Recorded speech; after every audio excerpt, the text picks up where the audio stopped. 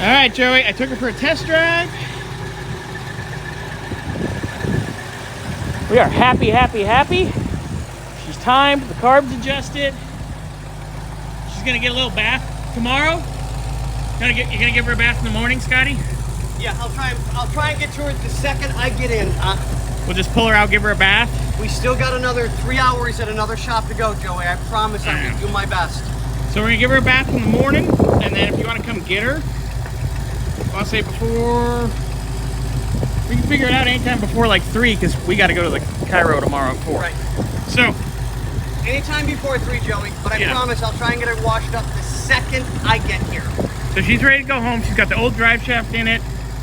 Everything else is good. I just drove her. Ready to go home. All right, pulled her back in. Just checking for leaks. What, Scotty? I can't hear you if you're talking unless you're gonna fucking scream. I'm shooting video. Okay.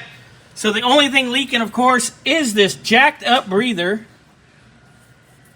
So we'll get you a new one of those coming too.